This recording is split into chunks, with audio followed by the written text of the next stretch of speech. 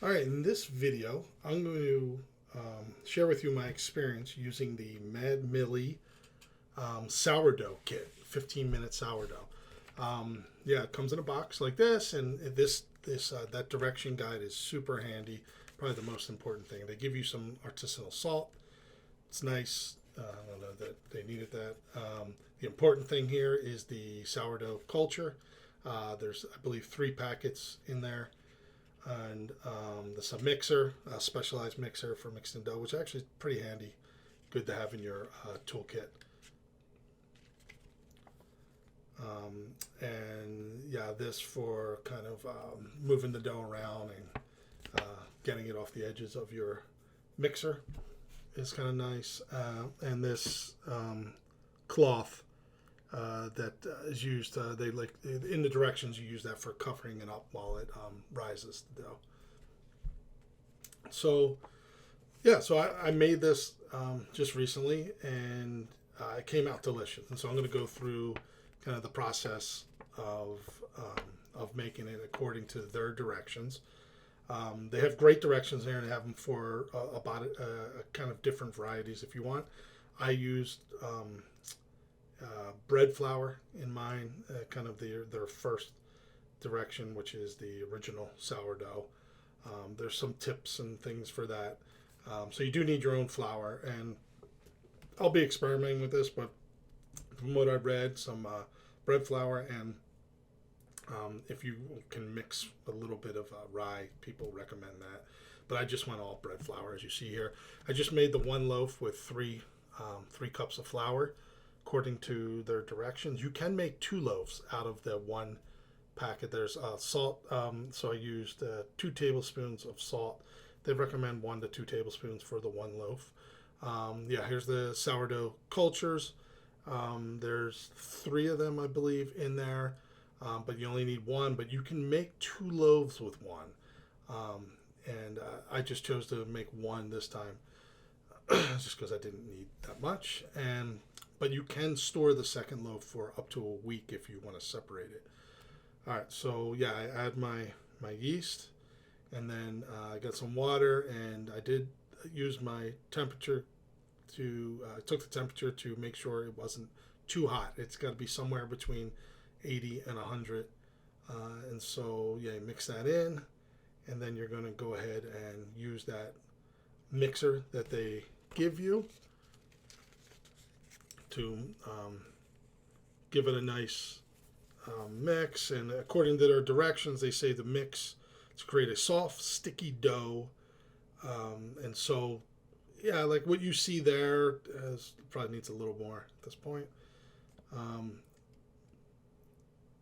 you get it to, it doesn't take too long to get to the consistency that they want. It probably took me about 2 minutes of mixing it around with that mixer. Then next, you're going to just cover the bowl. Their directions say cover the bowl loosely with either cling film, like a saran wrap, or a damp, clean muslin cloth, which is the cloth they give you. And so that's what I did. I used their cloth and let it rise in a warm place, something that's 60 degrees or above. So most houses, you can just leave that out, and for 20 to 24 hours. And then after that, you're going to, so this is the next morning. After that, I put it out on a well-floured surface, and used the scraper to get it out of the bowl. I'm sorry I didn't show that on the video. It wasn't hard though.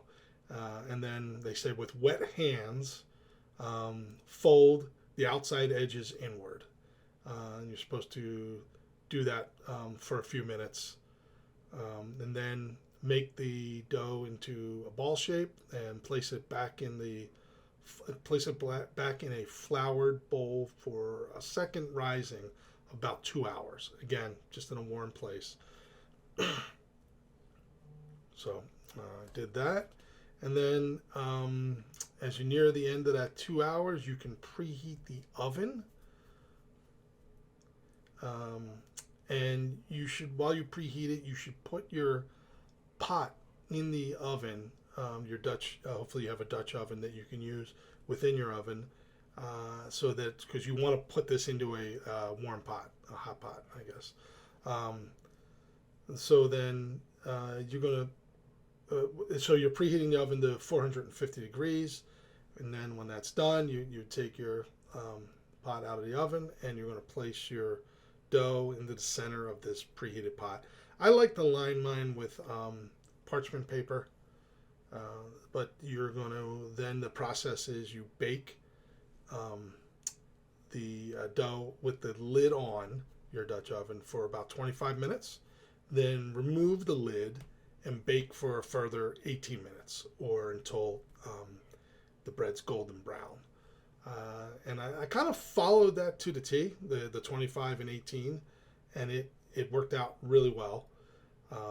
As you see here, it looked great and had a nice crispiness on the outside, was soft on the in, and was delicious. It did not make it past day one.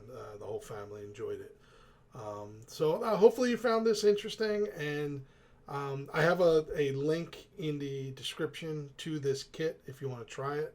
I'm going to experiment more with it, but it's an easy way that you don't have to do the whole a lot of work to get a culture, a starter dough to make sour bread. You need like a week of kind of a daily regiment to adding to the dough, and so this takes out that work and still has some really good results. So let me know what you think. Thanks.